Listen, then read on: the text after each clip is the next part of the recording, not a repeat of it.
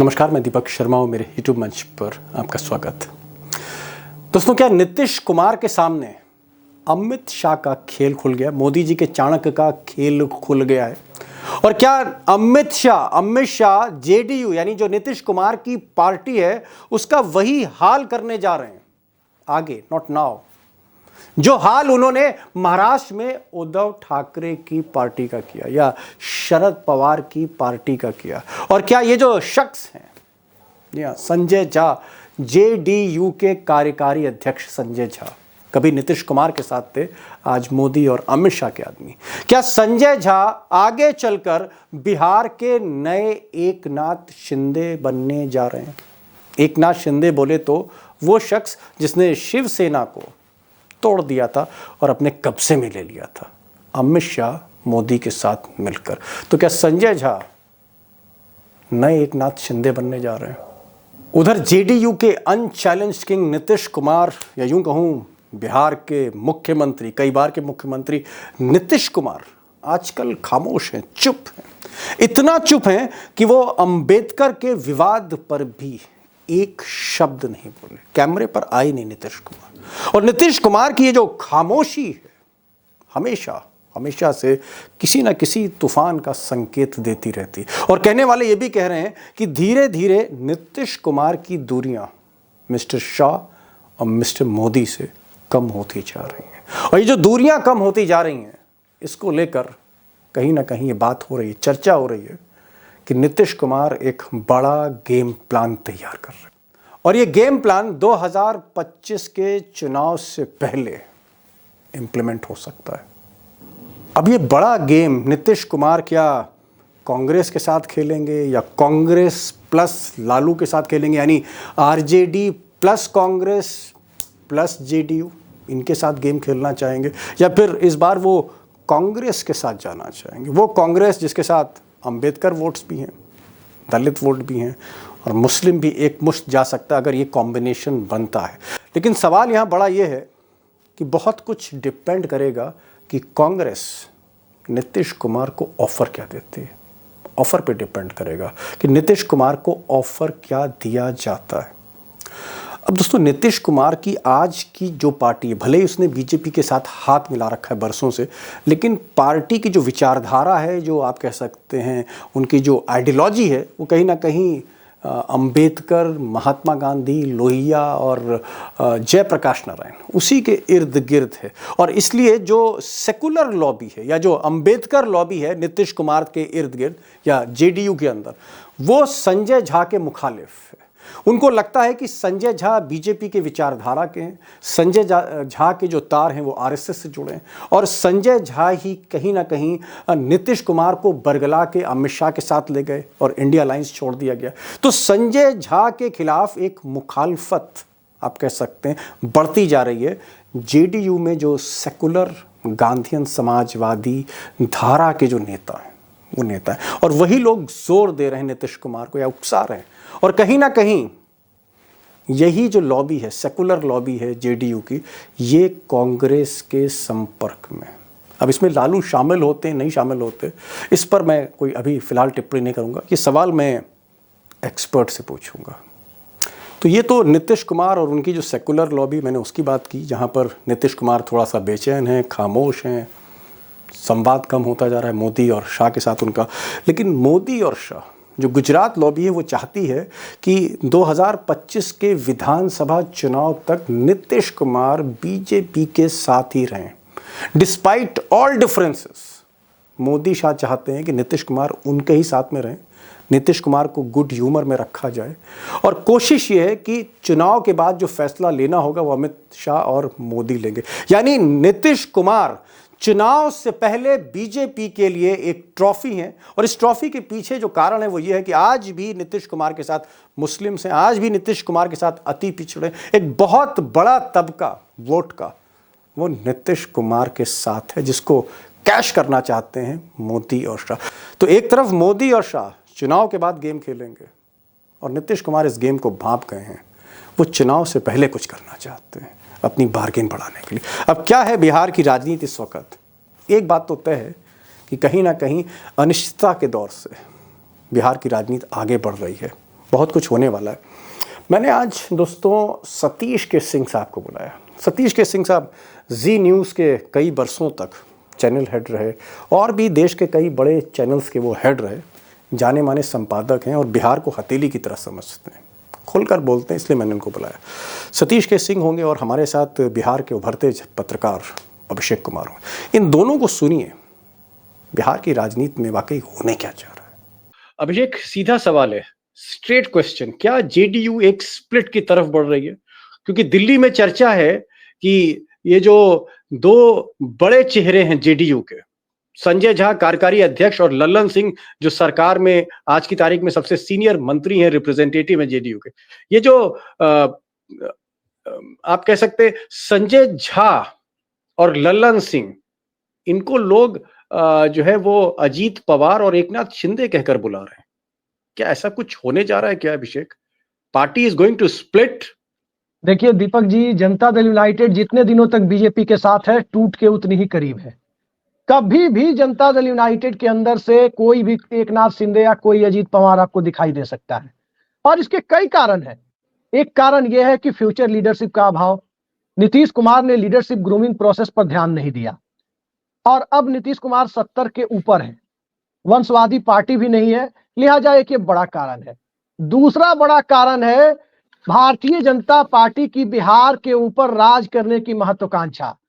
हिंदी भाषी भारत का इकलौता स्टेट है बिहार, बड़ा स्टेट है जहां पर भारतीय जनता पार्टी अपना मुख्यमंत्री नहीं बना पाई है। और तीसरा बड़ा कारण है राष्ट्रीय जनता दल के पास जो बहुत बड़ा वोट बैंक है, उस वोट बैंक के मुकाबले जो हिस्सेदारी नीतीश कुमार के साथ करके मुकाबला करना पड़ रहा है, वो हिस्सेदारी वो पूरी की पूरी अपने पास लाना चाहती है। तो इन तीनों ही परिस्थितियों में स्वास्थ्य को लेकर भी सवाल उठते हैं नीतीश कुमार के, आजकल कम बोलते हैं इसलिए उठते हैं, मुझे नहीं पता क्या स्थिति है, लेकिन ये सब कारण इतने बड़े कारण है कि जनता दल यूनाइटेड के कई धड़े ऐसे हैं, कई नेता ऐसे हैं जो इस बात पर फोकस कर रहे हैं कि उनका पॉलिटिकल फ्यूचर क्या है। और पॉलिटिकल फ्यूचर उनका क्या है ये डिसाइड करने की स्थिति में वो इसलिए पहुंच रहे हैं क्योंकि बिहार में, याद रखिए, अगर नीतीश कुमार एनडीए के साथ चुनाव लड़ते हैं तो बहुत बड़े मैंडेट की तरफ एनडीए जा रहा है, बहुत बड़े मैंडेट की तरफ, 2010 की तरह। इतना बड़ा मैंडेट मतलब 200 से ऊपर सीट। और बड़े मैंडेट का सीधा मतलब है कि बीजेपी जो अपने छोटी छोटी पार्टियों का अलायंस है, उपेंद्र कुशवाहा, चिराग पासवान और जीतन राम मांझी, इन सब के साथ जो बहुमत का मैजिक फिगर है 122, ये उसके आसपास पहुंचती दिख रही है। कहने का मतलब ये कि अगर नीतीश कुमार की पार्टी के एमएलए को माइनस भी कर दिया जाए इतने बड़े मैंडेट की स्थिति में, तो भी भारतीय जनता पार्टी अपने छोटे सहयोगियों के साथ बहुमत के करीब होगी। मतलब महाराष्ट्र मॉडल, तो नीतीश कुमार का चेहरा इस्तेमाल करना और नीतीश कुमार के वोट हासिल करना, फिर नीतीश कुमार को किनारे कर देना, ये परिस्थिति जो बन रही है, ये जनता दल यूनाइटेड के एक धड़े को भी अपने पॉलिटिकल फ्यूचर पर सोचने पर विवश कर रही है। जी, नीतीश कुमार का इस्तेमाल करना और उसके बाद उनको किनारे कर देना है, ये तो आप अभिषेक एकनाथ शिंदे मॉडल बता रहे हैं, पहले यूज देन थ्रो। तो अगर नीतीश कुमार को किनारे करते हैं तो फिर जनता दल में कौन होगा सर्वे सर्वा, संजय झा या लल्लन सिंह? अमित शाह के प्रिय कौन है इसमें? देखिए अमित शाह का प्रिय कोई नहीं है, जो उनके साथ नीतीश कुमार की पार्टी को तोड़ कर ले आएगा वही उनका प्रिय है। ओहो, ओहो, अब जो सक्षम हो, जो सक्षम हो वही उनका ओ माय प्रिय है। God, oh my God. Satish ji, भाई ये यंग एंड बोल्ड जर्नलिस्ट क्या बोल रहे हैं बिहार के? ये कह रहे हैं कि जो सक्षम होगा, संजय झा और या लल्लन सिंह, जो सक्षम होगा चुनाव के बाद वही तोड़ेगा तीर कमान। संजय झा होंगे या लल्लन सिंह होंगे? देखिए, लल्लन सिंह का तो नाम एक समय, उस समय भी आया था कि वो शायद आरजेडी से संपर्क में थे, जब उसके बाद इधर से उधर सब सारी चीजें बाद में हुई, फिर से एनडीए में आ गए नीतीश जी, बीजेपी के साथ आ गए। उससे पहले हवा उड़ी थी कि लल्लन सिंह कुछ लालू परिवार के क्लोज है, कुछ 10-5 एमएलए, कुछ कुछ इस तरह की बातें चल रही थी सर। ये बात जरूर है कि लल्लन सिंह हाल के दिनों में दिल्ली प्रवास में उन्होंने अपनी जो नजदीकियां हैं ऐसा लगता है कि उन्होंने भाजपा के साथ बढ़ाने की कोशिश की है। दूसरी बात यह है कि हम देख रहे हैं कि संजय झा पटना से अब सीधे दिल्ली आ गए, राष्ट्रीय कार्यकारी अध्यक्ष भी हो गए। वो दिल्ली वाले ही हैं, मुख्यतः दिल्ली वाले, ये दिल्ली वाले ही हैं। और कुछ लोग तो कहते हैं कि बुनियादी रूप से वो भाजपा वाले ही थे या शायद है भी। और जितना मेरी जानकारी है कि भाजपा नेताओं से उनके रिश्ते बहुत प्रगाढ़ हैं। कम से कम अरुण जेटली जी से तो था, इतना मैं व्यक्तिगत रूप से जानता हूँ, और है भी, ऐसा भी मैं मानता हूँ। तो हो सकता है कि दोनों में संघर्ष हो कि कौन भाजपा के नजदीक है, लेकिन इसका हमको लगता है इसमें संजय झा बाजी मार जाएंगे। संजय झा बाजी मार जाएंगे। हाँ, मुद्दा यहाँ पर यह है, अभिषेक ने एक परिप्रेक्ष्य में सारी बातें कही हैं, लेकिन मुद्दा यह है कि क्या नीतीश कुमार और नरेंद्र मोदी के बीच कितनी दूरियां हैं या कितनी नजदीकियां हैं, ये बड़ा प्रश्न है। बार बार सब लोग कहते भी थे, तो मेरा तो यही मानना था कि वो कब नीतीश जी सबसे संबंध अपना बना के रखे। और मुझे ऐसा लगता है कि बॉडी लैंग्वेज से भी नीतीश जी को आप देखिए, आज हाल के दिनों में मोदी जी के साथ, दोनों ओबीसी वर्ग से आते हैं, लेकिन ललन सिंह और संजय झा दोनों जो है बिहार के फॉरवर्ड कास्ट से आते हैं। तो नीतीश और मोदी में क्या इक्वेशन है, इस पर बहुत कुछ निर्भर करेगा। अमित शाह उतना मैटर नहीं करेंगे, ये मैं आपसे कह सकता हूँ। तीसरी बात यह है जी, अगर नीतीश को ये भनक लग गई कि दो अगड़े जो हैं उनकी पार्टी के कुछ तिकड़म करने का प्रयास कर रहे हैं या कराने का प्रयास कर रहे हैं, तो आप निश्चित मान के चलिए फिर नीतीश जो है वो भाग जाएंगे एनडीए से। फिर वो आप देखिएगा जो अभी अभिषेक ने एक बात कही कि ये लोग बहुत भारी मेजॉरिटी की तरफ बढ़ रहे हैं। मैं भी मानता हूं कि उनको एडवांटेज है, क्योंकि बिहार का जो उभरता आरजेडी का सितारा था, उनका कुछ अता ही पता नहीं। मैं तेजस्वी जी की बात कर रहा हूं। तो वैसे में तो ये बात है, अब एक नया एंट्रेंट भी है चिराग पासवान, उसकी क्या भूमिका बीजेपी देख रही है। तो इतना जल्दी से हमको इस बात को मानने में थोड़ी सी परेशानी है कि अभी क्या होगा हम कह नहीं सकते। हाँ, आपका जो शुरुआत में एक इंट्रोडक्शन था, उसमें आपने कहा कि नीतीश जी का क्या आखिरी चुनाव होगा। बतौर मुख्यमंत्री तो लगता है कि शायद आखिरी चुनाव हो, लेकिन प्रयास तो वो कर रहे हैं। कोई ये यात्रा निकाले हुए हैं, प्रगति यात्रा या कौन सा यात्रा, ये सब है। लेकिन ये भी बात सही है जो कि अभिषेक ने कहा कि भाजपा किसी सूरत में बिहार पर कब्जा करना चाहती है। तो अभी थोड़ा और रुकिए, ठंडा का मौसम गुजरने दीजिए, मकर संक्रांति पार हो जाने दीजिए, तब चीजें खुलनी शुरू होगी। क्योंकि मैं सुन रहा हूं कि लोग आ जा दिल्ली बहुत कर रहे हैं पटना से। जी अभिषेक बाबू, अगर आप जनता दल का ट्विटर हैंडल देखें, जनता दल का आप क्या कहते हैं बैनर देखें, तो आज भी 4-5 तस्वीर हैं उसमें बाबा भीम साहब अंबेडकर की तस्वीर है, बाबा साहब की तस्वीर है, उसमें महात्मा गांधी की तस्वीर है, उसमें जयप्रकाश नारायण है, उसमें लोहिया है, उसमें अभी भी नीतीश कुमार कहीं ना कहीं सेकुलर क्रेडेंशियल्स लेके चल रहे हैं, गांधीयन सोच लेके चल रहे हैं। लेकिन संजय झा और लल्लन सिंह तो गोद में बैठे हुए। आपको लगता है कि पार्टी का जो सेकुलर क्रेडेंशियल है, वो जो सारे धर्मों में विश्वास करना, सबको साथ लेके चलना, वो कहीं ना कहीं उसको एक बहुत बड़ी चोट लगा दी है संजय झा लल्लन सिंह ने अमित शाह की गोदी में बैठकर? और क्या पार्टी के अंदर दो राय हैं, दो फाड़ हैं जहां तक विचारों की बात है? कुछ लोग सेकुलर विचारधारा के, समाजवादी विचारधारा के एक तरफ हैं, और जो लोग बीजेपी के साथ हैं, चाहे सत्ता की वजह से हो, चाहे पुराने कनेक्शंस की वजह से हो, वो अलग हैं। क्या पार्टी विचारधारा पे स्प्लिट कर सकती है after the elections, if not before? Deepak ji, पहली बात यह है कि हम भारतीय राजनीति के उत्तर विचारधारा काल में है, पोस्ट आइडियोलॉजिकल एरा में है। तो विचारधारा के आधार पर कोई किसी के साथ टिका हुआ है ऐसा नहीं मानता, चाहे वो नीतीश कुमार की पार्टी हो। वामपंथी दलों को छोड़ दें तो कोई विचारधारा के आधार पर नहीं टिका हुआ है। रही बात सत्ता की और रही बात सीटों के इक्वेशन की, तो बिहार को समझने के लिए हमें यह समझना होगा कि एमएलए भाजपा के साथ जाने से हिचकते क्यों हैं। इसलिए हिचकते हैं क्योंकि बिहार में पसमानदा, महादलित और अति पिछड़ा, यहां तक कि यादव, ये एक स्पेटियल डिस्ट्रीब्यूशन है वो डेमोग्राफी का। मतलब हर विधानसभा सीट पर इनके 70-80 हजार वोट हो जाते हैं मिनिमम। अब सवाल यह है कि भारतीय जनता पार्टी के साथ ये जाएंगे कैसे। बीजेपी का नेतृत्व इस बात को बखूबी जानता है कि आरजेडी ने बैटन पास कर दिया है अपनी फैमिली में अगले जनरेशन को। नो डाउट तेजस्वी यादव बिहार की राजनीति में सबसे बड़े चेहरे हैं। अगर नए जनरेशन की बात की जाए तो उनके आसपास किसी पार्टी में कोई चेहरा नहीं है। लेकिन नीतीश कुमार के पास जो वोट है वो तब तक नीतीश कुमार से अलग नहीं किया जा सकता जब तक कि उनके पास मुख्यमंत्री की कुर्सी है, और इसी पर बीजेपी की नजर है।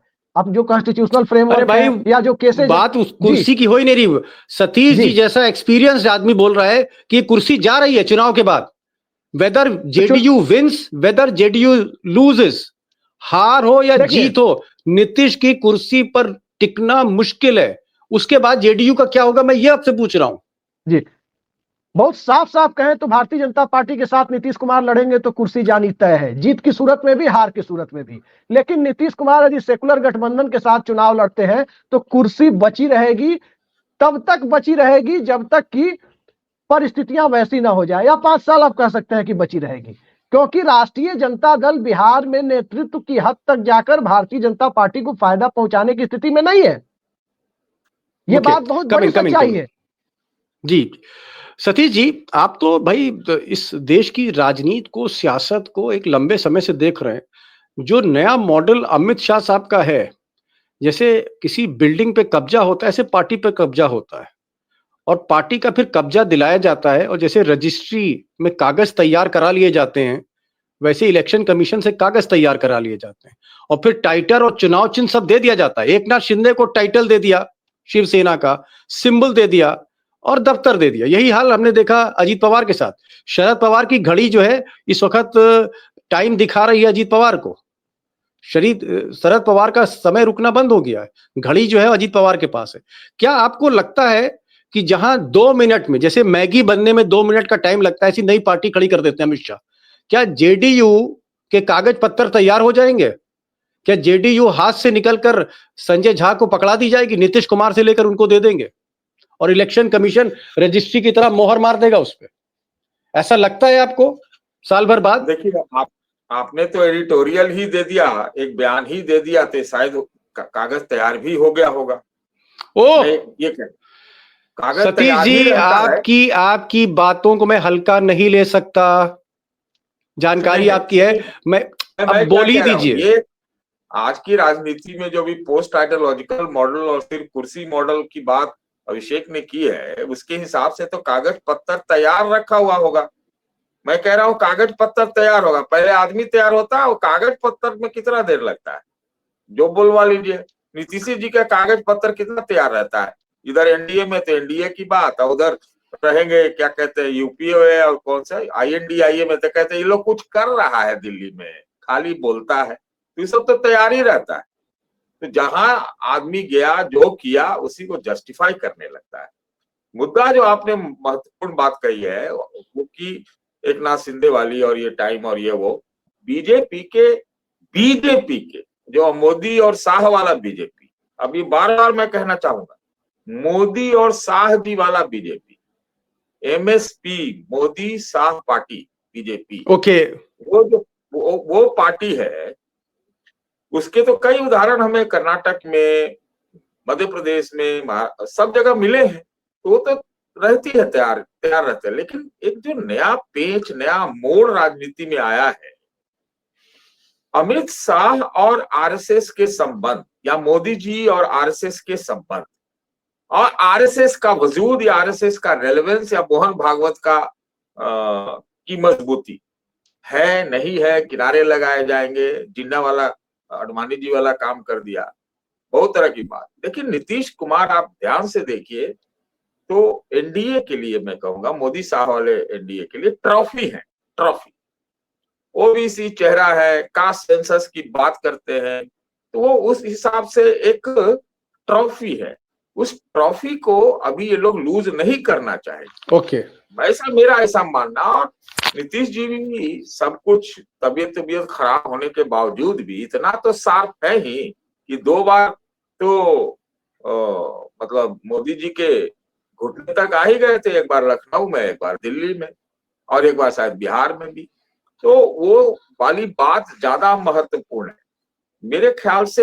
एक ट्विस्ट एंड टर्न निश्चित रूप से बिहार में अभी होना तय है चुनावों से पहले। ये पक्का होगा, पक्का मतलब पक्का होना तय है। बड़ी बात सतीश के सिंह ने बड़ी बात कही। उन्होंने कहा कि चुनाव से पहले, मैं तो चुनाव के बाद कह रहा था, ये कह रहे हैं कि चुनाव से पहले एक बड़ा ट्विस्ट एंड टर्न, ये जो राजनीति है एक नया मोड़ आने वाला है। वो मोड़ कितना शार्प है, क्या वहां से एक नई धारा शुरू हो जाएगी? क्या नीतीश कुमार वापस इंडिया अलायंस भी आ सकते हैं अगर उनको प्रधानमंत्री का ऑफर, ऐसा कोई बड़ा ऑफर दिया जाता है? देखिए, INDI में आए या ना आए, अब तो लालू जी के नेता जो है ममता बनर्जी हो गई। ममता जी अब उनकी नया नेत्री है। तो उस लिहाज में वो INDI जो कांग्रेस वाला है उसमें ना आवे नीतीश, लेकिन लालू जी से उनको मिलने में क्या दिक्कत है? तो ट्विस्ट एंड टर्न में ये भी हो सकता है ना, इसको रूल आउट मत करिए। कांग्रेस से हाथ मिला सकते हैं बिहार में, जहां एक मुश्त मुस्लिम और एक बहुत बड़ा हिस्सा दलितों का कांग्रेस के साथ, और बाकी की राजनीति जो है वो नीतीश कुमार की। ऐसे कॉम्बिनेशन की तरफ बात कर रहे हैं। लास्ट क्वेश्चन अभिषेक कुमार, समय हो रहा है।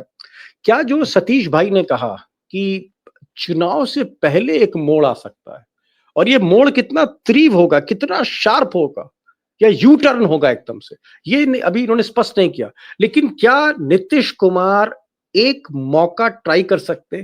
क्योंकि तस्वीर तो साफ है, इबारत तो साफ साफ दीवार पे बिहार के लिखी हुई है कि भाई संजय झा और लल्लन सिंह गोद में बैठे हैं मोदी और शाह के, पार्टी टूट सकती है, और मुख्यमंत्री बीजेपी नहीं बनाएगी, नीतीश कुमार को खुद चाहती है। और ये बात विजय कुमार सिन्हा डिप्टी CM ने खुद स्पष्ट कही कैमरा में कि अटल जी की एक ख्वाहिश थी और अटल जी को हम सच्ची श्रद्धांजलि देना चाहते हैं जब हम अपने दम पर सरकार बनाएंगे।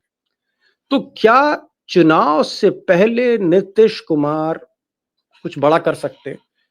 आपके पास देखिए, पूरी संभावना है जी दीपक जी, पूरी संभावना इस बात की है कि बिहार में एक बार फिर विपक्ष परिवर्तन होगा। सत्ता परिवर्तन नहीं होता है, मैं बार बार कहता हूं, विपक्ष परिवर्तन होता है। विपक्ष परिवर्तन होगा, लेकिन ये मोडस ऑपरेंडी जो नीतीश कुमार का है वो 17, 19 और 22 वाला नहीं, 17, 22 और 24 वाला नहीं होगा। यानी इस्तीफा देके फिर से शपथ लेना। मत भूलिए कि आरिफ साहब बिहार जा रहे हैं, आरिफ मोहम्मद खान, गवर्नर बनके, एक पॉलिटिकल आदमी, मजा हुआ आदमी। इस्तीफा देने का मतलब होगा कि बॉल को गवर्नर की कोर्ट में डाल देना कि कोई भी फैसला वो ले ले। नीतीश कुमार 2013 की तरह भाजपा मंत्रियों को बर्खास्त करेंगे, फ्लोर टेस्ट हासिल करेंगे और मुख्यमंत्री राजद के लोगों को फिर उसके बाद शपथ दिलाएंगे। एक लाइन का मुझे ब्रेकिंग न्यूज दे दीजिए और खुलकर बोलिएगा। आप लगातार नीतीश के लोगों से टच में, और अगर मैं गुस्ताखी माफ हो तो आपकी जो टेलीफोन की तार है या आपका जो टेलीफोन का रेंज है वो नीतीश कुमार के घर के अंदर है। मुझे बताइए कि क्या अभिषेक कुमार, नीतीश कुमार अभी भी कांग्रेस के कुछ नेताओं से के संपर्क में है कि नहीं? इतना बता दीजिए, हाँ या ना बोलिए। एक बात हमें आप बता दीजिए, सूचना जनसंपर्क मंत्री जो किसी राज्य का होता है वो मुख्यमंत्री की छवि चमकाने का काम करता है। मेरे पास इस बात की पक्की जानकारी है कि उनके सूचना प्रसारण मंत्री जो JDU के थे, उनके बेटे को नीतीश कुमार की कथित पहल पर कांग्रेस ने लोकसभा चुनाव में समस्तीपुर से टिकट दिया था। ये सच्चाई है लोजपा के खिलाफ। कैसे आपने पूरा पोली खोल दिया कि नीतीश कुमार उधर कांग्रेस के टच में। हाँ, आखिरी कुछ बात कह रहे थे सतीश भाई, आखिरी बात पूरी करें। देखिए दीपक जी, शायद आपने मेरे से पूछा था लोकसभा चुनाव से पहले या कई एक जगह पूछा गया था हमसे, तो मैंने कहा था, और मैं उस पर थोड़ा सा अपना शाबाशी भी अपने आप को दे देता हूँ जी, कि बिहार में ये जो है ये नीतीश और बीजेपी मिलके और आरजेडी जिस तरह से की, कांग्रेस, ये सब साफ हो जाएगी। हुई गई, आरजेडी और कांग्रेस साफ हो गई, ये साफ हो गया, क्लियर होता है ना। अभी तो एक चीज और आपको बिहार में देखना होगा कि जो एकदम निष्क्रिय जवान बिहार का तेजस्वी यादव, वो क्यों इतना मतलब निष्क्रिय है?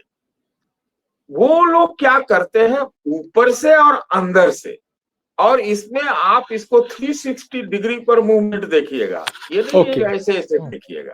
तो अब कहना बड़ा ये है, हम तो इतना तक कहने के लिए तैयार है कि अगर बिहार में जिस तरह से 2004 में लालू ने फतह किया था और यूपीए की सरकार बनाने में सबसे ज्यादा अहम भूमिका निभाई थी, अगर इस बार ये बिहार में 2024 में लालू उसी तरह से सक्रिय रहते तो दिल्ली में मोदी जी नहीं बैठते। ओके, चलिए एक बड़ा सवाल सतीश के सिंह ने खड़ा कर दिया, उसी पर मैं प्रोग्राम खत्म कर रहा हूं। हालांकि दोस्तों, जिस तरह की आशंकाएं हैं वो ऐसा लगता है कि नीतीश कुमार का ये आखिरी चुनाव होगा। मुख्यमंत्री वो अगर बनते हैं 2025 के बाद तो शायद बीजेपी के दामन अगर संभालेंगे तो मुश्किल है। अगर कोई नया समीकरण बनाते हैं तो जरूर मुख्यमंत्री बन सकते हैं। लेकिन सतीश के सिंह बहुत ही पुराने पत्रकार हैं, बिहार को समझते हैं। कई बड़े चैनल, देश के कई बड़े चैनल, जी न्यूज में नाम गिनाता जाऊंगा, कई बड़े चैनल्स के हेड रहे हैं, संपादक हैं जाने माने। इनका कहना है कि भाई सब पर ध्यान जा रहा है, तेजस्वी पर भी ध्यान जाना चाहिए। कि तेजस्वी जैसा बल्लेबाज, दिल्ली की टीम से खेलते थे, वो बड़े खिलाड़ी थे क्रिकेट के। तेजस्वी का बल्ला कब उठेगा, कब चलेगा, और ये बल्ला अगर चलता है तो फिर क्या होगा, बहुत कुछ तेजस्वी पर डिपेंड करेगा, लालू पे डिपेंड करेगा, जो इस वक्त काफी लो प्रोफाइल चल रहा है। ये इशारा इन्होंने किया। सतीश भाई आप आए, आपका बहुत बहुत शुक्रिया। और अभिषेक, आपका जो कहना है कि नीतीश जो है उनको कहीं ना कहीं बिहार की गिनती से कम नहीं किया जा सकता, वो चाहे इंडिया में रहें या एनडीए में रहें, उनको इस गिनती से कम नहीं किया जा सकता। और भले ही उम्र बढ़ रही हो, थोड़ा सा स्वास्थ्य भी ढीला हो, लेकिन नीतीश ही हैं। आज की तारीख में भी वो इस राजनीति के सबसे बड़े कैटलिस्ट हैं बिहार के। Thank you so much mister Satish K Singh for joining this programme. Thank you so much Abhishek for joining this programme. Thank you so much.